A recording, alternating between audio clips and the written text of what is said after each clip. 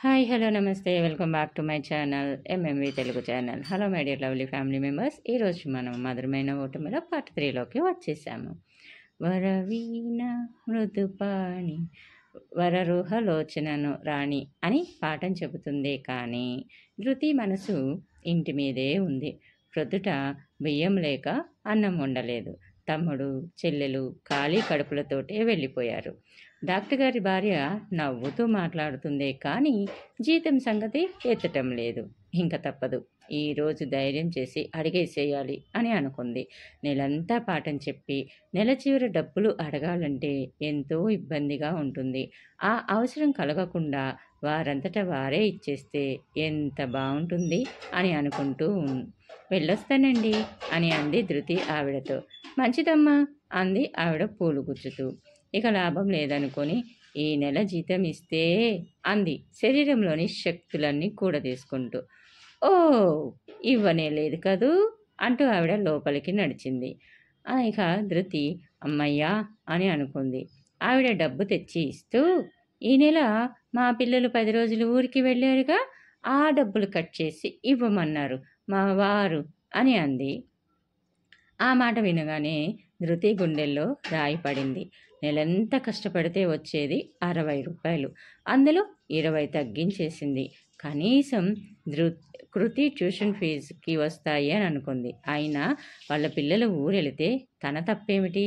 ఇదే లాజిక్ పని మనిషితో ఉపయోగిస్తే తెలిసొస్తుంది దేవుడికి. చిచి, వెధవ మధ్యతరగతి బ్రతుకులు. ఏమిచ్చినా ఇవ్వకపోయినా పనికిరాని అభిమానం మాత్రం దండిగా ఇస్తాడు భగవంతుడు. వారానికి 25 రూపాయలు కుక్క బిస్కెట్ల మీద ఖర్చు పెట్టే ధర్మాత్మురాలు ఆవిడ అనుకుంటూ ధృతి ఇంటి పరిస్థితులు తెలిసి కూడా ఈ విధంగా చేయడంలో ఏదో శాడిజం కనిపించింది ఆమెకి. పైగా మా వారు అన్నారు అంటూ సాగదీయటం కూడాను. ఆయన గారికి ఇటువంటి విషయాల మీద మహా ఆరా ఉన్నట్టు, ఈవిడి గారు ఆయనకి మహా ఒదిగిపోతున్నట్టు. నట్టనా అని అనుకుంది కసిగా ధృతి. అసలు ఆ డబ్బులు తిరక్కొట్టి రేపటి నుంచి మీ పిల్లలకి పాఠం చెప్పను అని అరవాలి అని అనిపించింది. అంతలోనే పేదవాడి కోపం పెదవికి చేటు అని గుర్తొచ్చింది. తను మానేస్తే ఆవిడికి ఏం నష్టం లేదు, తనకి మాత్రం నష్టమే. స్వభావ విరుద్ధమైన పనులు చేయటం మనసుకి అగ్ని పరీక్ష పెట్టడం లాంటిదే. అయినా ఆ అవసరం అప్పుడప్పుడు కలుగుతూనే ఉంటుంది. మనుషుల వ్యక్తిత్వాలు తెలిపేది వారి హోదా కాదు, వారి ప్రవర్తన అని అనుకుంటూ చాలా విసుగ్గా ఇంట్లోకి కాలు పెట్టిన ఆమెకి ఇంటి వాతావరణం అంతకంటే చిరాగ్గా అనిపించింది. ఎన్నిసార్లు తిప్పిస్తావయ్యా? పిల్లలు కలవాడవని ఊరుకుంటున్న కొద్దీ అలసైపోయానే. 200 300 కాదు, 2000 అయి కూర్చుంది బాకీ. 50 రూపాయలు నెలకోసారి నా ముఖాన కొట్టి ఇదిగో తీరుస్తా అదిగో తీరుస్తా, ఇంకేముంది మా అమ్మాయికి ఉద్యోగం వచ్చేస్తుంది అంటూ అబద్ధాలు చెబుతావు. ఇంకా నీ మాట నమ్మేది లేదు. బాకీ తీరిస్తేనే నేను గుమ్మం కదిలేది అంటూ శివాలెత్తి చిందలేస్తున్నాడు కిరాణా షాపు ఓనరు. ధృతి తల ఎత్తకుండా లోపలికి వెళ్ళిపోయింది. ఈసారి నిజంగానే చెబుతున్నానయ్యా, అమ్మాయికి మంచి ఉద్యోగం వచ్చింది. నెలకి 3000 జీతం. ఒట్టు, నీ మొత్తం బాకీ ఒకేసారి తీర్చేస్తాను. 2-3 రోజులు ఆగిరా అంటూ బ్రతిమాలుతున్నాడు తండ్రి. అతను నమ్మినట్టు లేడు. కానీ ఇదే ఆఖరిసారి, ఈసారి తీర్చకపోతే ఊరుకొనేది లేదు అంటూ వెళ్ళిపోయాడు. అతని తప్పు మాత్రం ఏముంది? చిన్న కిరాణా షాప్ పెట్టుకొని నడుపుకుంటున్నాడు. ఇంకో 2 ఇలాంటి బేరాలు దొరికితే ఆయన దివాళా తీయాల్సిందే కదా. మనుషుల్ని అర్థం చేసుకోవడం ప్రారంభిస్తే ఎవ్వరూ చెడ్డవారిగా కనిపించరు. జరిగిన సంఘటనల గురించి ఆలోచిస్తూ నిశ్రాణంగా పడుకుంది ధృతి. అంతలోనే ఆమెకి చటుక్కున తండ్రి మాటలు గుర్తొచ్చాయి. అమ్మాయికి మంచి ఉద్యోగం వచ్చింది, 3000 జీతం అని ఎందుకు అబద్ధం చెప్పారు? అలా ఆయన ఎప్పుడూ అబద్ధం చెప్పగా తను వినలేదే. బహుశా మనుషుల అలవాట్లను పరిస్థితులు మార్చేస్తాయి కాబోలు అని అనుకుంటూ ఉంది. అంతలో రవి లోపలికి వచ్చి పడుకున్న అక్కని చూసి ముఖం చాటు చేసుకుంటూ గబగబా దొడ్లోకి నడిచాడు. తమ్ముడి ప్రవర్తన కొత్తగా అనిపించి తను కూడా మంచం దిగి పెరట్లోకి వెళ్ళిందామె. బావిలోంచి నీళ్లు తోడుకొని ముఖం కాళ్ళు చేతులు రుద్దుకొని కడుక్కుంటున్నాడు రవి. రవికి బుగ్గల మీద నల్లని ఆయిల్ మరకలు కనిపిస్తూనే ఉన్నాయి. ఉసూరుమని నిట్టూరుస్తూ లోపలికి వచ్చేసింది ఆమె. జరుగుతున్న సంఘటనలన్నీ ఆమె మనసుని కలిచివేస్తున్నాయి. తల్లి ఇంట్లో లేదు, గుడికి వెళ్ళిందని చెప్పింది చెల్లెలు. బహుశా ఆ దేవుడు దూరంగా ఉండటం మూలాన ఈ విషయాలన్నీ ఎప్పటికప్పుడు తెలుసుకొని సరిచేయలేకపోతున్నాడు అనుకుని తెలియచేద్దామని కాబోలు పాపం అని అనుకుంటూ ఉంది. ఇంతలో రవి అక్కకి ఎదురు పడకూడదని తప్పించుకొని తిరగసాగాడు. అలా ఎంతసేపని తిరగటం? 2 గదుల కొంపలో అనుకుంటూ రవి అంటూ పిలిచిందామె. రవి బెరుకుగా వచ్చి ఆమెను ముందు నిలబడ్డాడు. ఈ సంచి డబ్బు తీసుకెళ్ళి ఈ చీటిలో ఉన్నవి తీసుకురా. ఇంకో మాట, తప్పు చేసిన వాళ్ళే భయపడతారు. తప్పు అని అనిపించిన ఏ పనైనా వెంటనే మానేయాలి. అంతేకాని తల వంచుకొని అనుక్షణం పిరికితనంతో బాధపడకూడదు అంది స్థిరంగా పలుకుతూ. ఇక అంతే. ఆ మాటలు విన్న రవి తల ఎత్తి ధైర్యంగా అక్క కళ్ళలోకి చూస్తూ సంచి డబ్బులు తీసుకొని వీధిలోకి నడిచాడు. చీకటి పడుతుండగా తల్లి తండ్రి వచ్చారు. ఆమె అప్పటికే వంట పూర్తి చేసి చెల్లెలికి తమ్ముడికి పెట్టేసింది. తల్లి తండ్రి చాలా రోజులకి నవ్వుతూ సంతోషంగా ఇంట్లోకి రావడం ఆమెకి ఆశ్చర్యానికి కలిగించింది. భోజనానికి రండి అంటూ వడ్డించడానికి వెళ్ళింది ఆమె. నువ్వు తిన్నావా అంటూ ఆప్యాయంగా అడిగింది సుభద్ర. లేదు అని చెప్పింది ఆమె. భోజనాలై పక్కలు వేస్తుండగా తండ్రి ఓ కవర్ తెచ్చి ఆమె చేతిలో పెట్టి, కృతి ఇవ్వలేదా అని అడిగాడు. ఇవ్వలేదు. ఏమిటిది అంటూ చూసింది. అప్పటికే చదివినట్లు గుర్తుగా కవరు చింపి ఉంది. పైన ధర్మ ఎలక్ట్రానిక్స్ అని చదవగానే ఆమె నొసలు ముడిపడింది. క్రింద ధర్మానందరావు గారి సంతకం. మధ్యలో సారాంశం ఇలా ఉంది: 3000 జీతం ఇస్తాం, వెంటనే వచ్చి ఉద్యోగంలో చేరండి. అది ఓ 2 రోజుల్లోగానే అని ఉంది. ఉత్తరం చదివి తల ఎత్తి తల్లిదండ్రుల వైపు చూసింది. తండ్రి కళ్ళల్లో ఆనందం, తల్లి ముఖంలో నవ్వు. చాలా రోజుల తర్వాత చూసింది అవి. అయితే ఇప్పుడేం చేస్తానంటావు? తల ఉంచుకొని గడ్డి పరకలు తెంపుతున్న ధృతిని అడిగాడు నవీన్. అదే అర్థం కావటం లేదు అంది నెమ్మదిగా. అసలు ఆ ఉత్తరం రాసి ఆయన్ని రెచ్చగొట్టకుండా ఉండాల్సింది అన్నాడు నవీను. జరిగిన దాని గురించి వద్దు, జరగబోయే దాని గురించి ఆలోచించు అంది కాస్త విసుగ్గా. అందుకు నవీన్ మాట్లాడుతూ, ఏముంది, పందెం పట్టుదల ముఖ్యమనుకుంటే మొన్న రాసిన లాంటిదే ఇంకో ఉత్తరం రాసి ఆయన ముక్కాన కొట్టు. ఆయన ఎంతో కదిలిపోయి, నా తప్పు తెలుసుకున్నాను, నన్ను క్షమించు అంటూ ఆస్తి మొత్తం నీ పేరున రాసేస్తాడు అని అన్నాడు సీరియస్గా. అందుకు ధృతి ఉక్రోషంగా, నీకు నా పరిస్థితి నవ్వులాటగా ఉందా అని అడిగింది. అందుకు అదొక పద్ధతి. లేదా ముసలాయన పంతానికి పోయి రెట్టింపు జీతం ఇస్తానంటున్నాడు, ఇదే మంచి ఛాన్సు అని చేరిపోయి నువ్వు సుఖంగా ఉండటం, నీ వాళ్ళని సుఖపెట్టడం తేలిగ్గా చెప్పేశాడు నవీను. ఆ మాటలు విన్న ఆమె ఆలోచనగా అంది. కానీ ఆయన ముందుకు వెళ్ళి ఉద్యోగానికి ఒప్పుకుంటున్నట్టు ఎలా చెప్పను? చూసావా, నీ వాళ్ళకి నీ డబ్బే ముఖ్యం అన్నట్టు హేళనగా చూసి కూడా భరించలేనే అని అంది. నవీన్ ఆమె కళ్ళల్లోకి కొంచెం ఆశ్చర్యంగా చూస్తూ, అంటే ఉద్యోగం చేయడానికి మానసికంగా సిద్ధమైపోయావన్నమాట అని అన్నాడు. ఆమె తప్పు చేసినట్లు తల వంచుకొని, తమ్ముడు చెల్లెలి భవిష్యత్తు, అమ్మ ఆరోగ్యం, నాన్నగారి అసక్తత అన్నీ తెలిసి ఇలాంటి అవకాశం వదులుకొని వాళ్ళని కష్టపెట్టి నేను సాధించేదేమైనా ఉందా? వాళ్ళ కోసం నా పంతాన్ని అంటూ ఉండగానే ఆమె కళ్ళల్లో నుంచి కన్నీళ్లు జలజలా కారిపోయాయి. నవీన్ కర్చీప్తో ఆమె కళ్ళు అద్ది, సమస్యలు రావడం కూడా మంచిదే, అవి మనసుని ఆలోచింపచేస్తాయి చూసావా అని అన్నాడు. ఆమె అతని చేతిని అలాగే పట్టుకొని, నవీన్ అంది ఆర్తిగా. నవీన్ ఆమె తల మీద తన చేతిని ఉంచి నిమిరాడు. విరుద్ధమైన భావాలున్నా పర్వాలేదు, ఒకేలా స్పందించే హృదయం ఉంటే చాలు, మంచి స్నేహితులు అవుతారు అని అనుకున్నారు. నాకు చాలా సంతోషంగా ఉంది అన్నాడు నవ్వుతూ ధర్మానందరావు గారు. ధృతి మాట్లాడకుండా సుటీగా ఆయన కళ్ళల్లోకి చూసింది. నువ్వు ఉద్యోగంలో చేరుతున్నావని కాదు నా సంతోషం, నువ్వు రాసిన సుమాహారంలో పువ్వుకి పువ్వుకి మధ్య డబ్బు అనే ముడి ఉందని నువ్వు తెలుసుకున్నందుకు నాకు చాలా సంతోషంగా ఉంది అన్నాడు వ్యంగ్యంగా. అందుకు ధృతి స్థిరంగా పలికే కంఠంతో, పొరపాటు పడుతున్నారు, పువ్వుల మధ్యన అనురాగ బంధనాలు ఉంటాయి, అవు డబ్బు ముడువులుగా పొరపాటు పడుతున్నారు అంది. ఆయన తీవ్రంగా, అయితే డబ్బు కోసం కాదా నీ కుటుంబం నిన్ను విడిచి ఉండటానికి ఒప్పుకున్నది అన్నాడు. అందుకామె, డబ్బు కోసమే, కానీ వాళ్ళు పంపలేదు, నేనే వచ్చాను. ఈ డబ్బుతో నా వారి అవసరాలన్నీ తీరుతాయి. అలాంటప్పుడు నేను వాళ్ళని వదిలి ఉండటం అనే త్యాగం చేస్తేనే అని అనిపించింది, అందుకే వచ్చాను. ఇలా దూరంగా ఉండటం వల్ల మా మధ్యన అనురాగం మరింతగా గట్టిపడుతుంది, కానీ తెగిపోదు అంది ఆవేశంగా. ఆమె ఆపగానే ఆయన చిరునవ్వు నవ్వి, క్రింద పడ్డ మీద దానిననే అనే నీ పంతం నాకు నచ్చింది, చూద్దాం ఏమవుతుందో, it's all in the game అని అన్నారు ఆయన.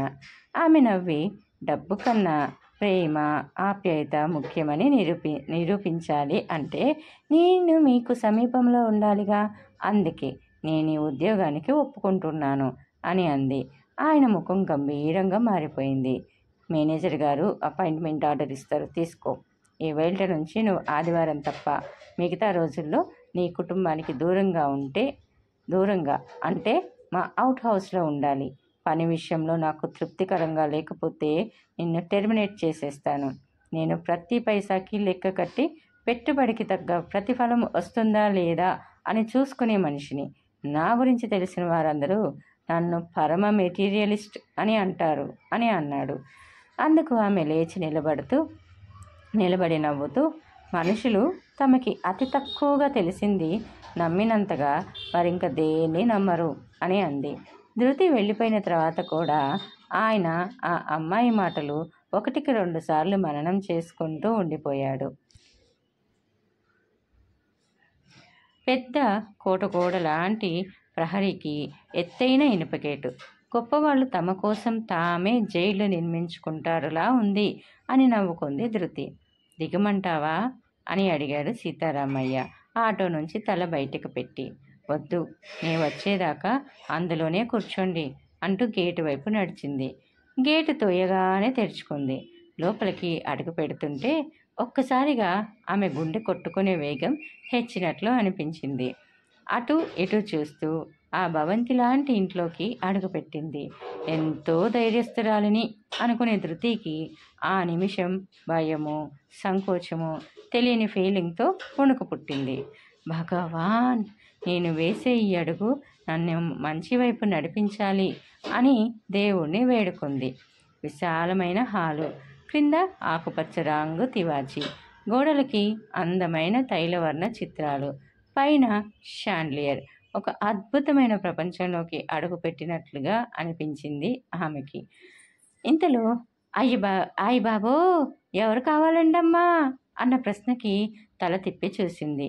పనతను కాబోలు కంగారుగా ధృతి వైపు పరుగులాంటి నడకతో వస్తూ కనిపించాడు. ధర్మానందరావు గారని అంటూ ఆగిపోయింది. ఆయ్, మీ పేరండి అన్నాడు తూర్పుగోదావరి యాసలో సాగదీస్తూ. ధృతి అని చెప్పింది ధృతి. కేకేస్తాను, మీరు కూర్చోండి అయ్యా అంటూ వచ్చినంత హడావుడిగాని లోపలికి పరుగు తీశాడు. ఆమె సోఫాలో కూర్చొని ఇంటిని పరికించి చూస్తూ, ఇంత ఇంట్లో ఒక్కరే ఉంటారో లేక ఫ్యామిలీ ఉంటుందో, అయినా భయం వేయదు అని అనుకుంది. ఇంతలో గుడ్ మార్నింగ్ అనే మాట వినిపించగానే ఆమె ఆ మాటకి తలెత్తి చూసేలోగా ఆయన ఆమె ఎదురుగా కూర్చోవడం కూడా జరిగిపోయింది. ఆమె గబుక్కన లేచి నిలబడింది. కూర్చో, ఇల్లు కనుక్కోవడం కష్టం కాలేదుగా అంటూ ఎంతో ప్రశాంతంగా ఉంది ఆయన మొహం. వైట్ సూట్లో చాలా క్యాజువల్గా హాయిగా కనిపించారు. ఆయన అడిగిన ప్రశ్నకి లేదు అని సమాధానం ఇచ్చింది ధృతి. వాచ్మెన్కి ఏం చెప్పావు? స్లిప్ పంపించలేదేమి? ఆయన మామూలుగా అడిగేశాడు. ఆయన మాటలకి ధృతి అయోమయంగా చూస్తూ, వాచ్మెన్ ఎవరు నాకు గేటు దగ్గర కనిపించలేదండి అని అంది. అంతే. ఆయన ముఖంలో ప్రశాంతత ఎవరో ఊదేసినట్లుగా ఎగిరిపోయింది. సుబ్బరాజు అని పిలిచాడు ఆయన. ఇందాక ధృతిని ప్రశ్నించిన పనతను మళ్ళీ అంతే హడావుడిగా పరిగెత్తుకొచ్చాడు.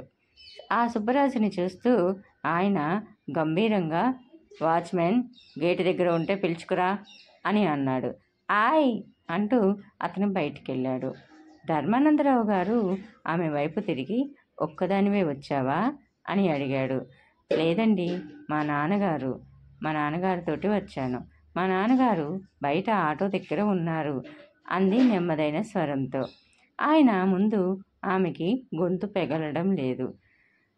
మొదటి రోజు ఇంటర్వ్యూలో ధాటిగా మాట్లాడింది నేనేనా అన్న అనుమానం ఆమె మీద ఆమెకి కలిగింది. ఇక ఇంతలో సుబ్బరాజుతో పాటు మరో వ్యక్తి వాచ్మెన్ యూనిఫామ్లో లోపలికి వచ్చాడు. ఆ వచ్చిన అతన్ని చూస్తూ, ఈ అమ్మాయి రావటం చూసావా అని ఆ వచ్చిన వ్యక్తిని అడిగాడు ధర్మానందరావు గారు. లేదండి, గేటు దగ్గర ఓ ముసలాయన మాత్రం పెట్టి పట్టుకొని నిలబడ్డాడని అంటూ భయంగా జవాబిచ్చాడు అతను. అందుకు ఆయన తాపీగా వెనక్కి వాలి, 5 నిమిషాల క్రితం నువ్వేం చేస్తున్నావు అని అడిగాడు. ఆ వ్యక్తి సమాధానం చెప్పడానికి జంకుతూ నుదుటికి పట్టిన చెమటను తుడుచుకున్నాడు. నా కొడుకు వచ్చి మా అమ్మకి ఒంట్లో బాగాలేదని ఆసుపత్రికి తీసుకువెళ్ళడానికి డబ్బులు కావాలని అడిగాడు. వాడికి డబ్బులు ఇచ్చి వాడితో 4 అడుగులు వేసి వెనక్కొచ్చాను, అంతే సార్ అని అన్నాడు అతను దాదాపు ఏడుపు స్వరంతో చెప్పాడు. మరప్పుడు గేటుకి తాళం వేయటం కానీ ఎవరికైనా అప్పచెప్పటం కానీ చేశావా అని ఆయన చాలా నెమ్మదిగానే అడిగారు. అందుకు అతను లేదు సార్ అని అతను నిలువునా నీడైనట్లుగా వణుకుతూ చెప్పాడు. ఆ 5 నిమిషాల్లో ఎవరైనా ఇంట్లో ఏ అడ్డు ఆపు లేకుండా ప్రవేశించవచ్చు కదా అంటూ అంతే శాంతంగా అడిగాడు ఆయన. అవును అన్నట్టు తలూపాడు వాచ్మెన్. ధృతి సోఫా అంచుకి జరిగి కూర్చొని గుప్పిళ్ళు బిగపట్టింది. ఆమెకు ఊపిరాడనట్టుగా అనిపిస్తుందా ప్రదేశంలో. నీ అశ్రద్ధకి ఫలితంగా నిన్ను ఈ పూట నుండే ఉద్యోగంలో నుంచి తీసేస్తున్నాను. రావాల్సిన జీతం ఆఫీస్కి వచ్చి తీసుకో అంటూ ఆయన ధృతి వైపు చూసి, మీ నాన్నగారిని తీసుకొని అవుట్ హౌస్కి వెళ్ళు అని చెప్పాడు. ఇక వాచ్మెన్ అమాంతం ఆయన కాళ్ళ దగ్గర కూలబడుతూ, ఈ ఒక్కసారికి క్షమించండి సారు, పిల్లలు కలవాడిని అంటూ ఏవో చెప్పబోయాడు. ఆయన చిరాగ్గా నిదురు చిట్లించి, సుబ్బరాజు అవుట్ హౌస్ తాళాలు తీసుకెళ్ళి ఈ అమ్మాయిని దింపిరా అని లోపలికి వెళ్ళిపోయాడు. వాచ్మెన్ లేచి కళ్ళు తుడుచుకున్నాడు. సుబ్బరాజు తాళాలు తీసుకొచ్చి పదండి అన్నాడు ఆమెతో.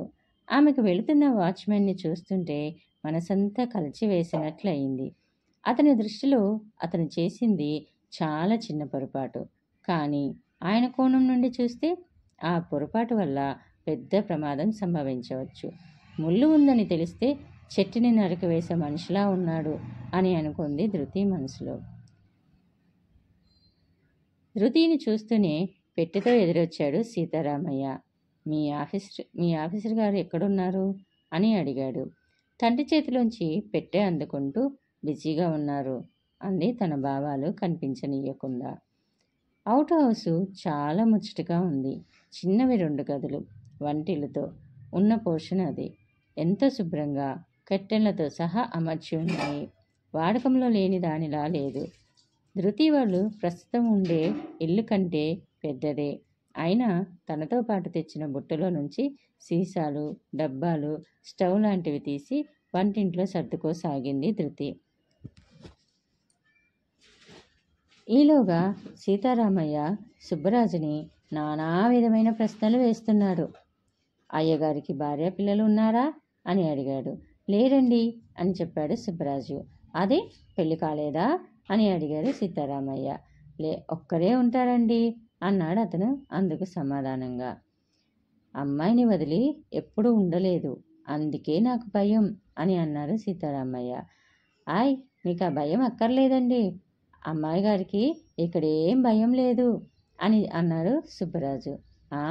అమ్మాయి చెప్పిందిలే, ఆయన చాలా పెద్ద మనిషి, నీకంటే కూడా వయసులో పెద్దేమోలే నానా అని అంటేనే ఒప్పుకున్నాను అని అన్నాడు సీతారామయ్య గారు. తండ్రి ఇంకా ఏమేమో మాట్లాడేస్తాడేమోనని ఆమెకు భయం వేసింది. నానా, మీకు ఆలస్యం అవుతుందేమో అని అనేసింది. అందుకు ఆయన, నా మొహం, నాకేం పనులున్నాయని అన్నాడు ఆయన చాప మీద మఠం వేసుకొని కూర్చొని. అందుకు ధృతి, అది కాదు, అమ్మవాళ్ళు ఆత్రంగా ఎదురు చూస్తుంటారని అంటూ అనింది. కూతురి భావం అర్థమైంది అతనికి. ఒక్క ఆదివారం తప్ప కుటుంబ సభ్యులెవ్వరిని ఆమె ఒట్టి రోజుల్లో కలుసుకోకూడదని ఆఫీసర్ గారు కండిషన్ పెట్టారు అని ఆమె ముందే చెప్పింది.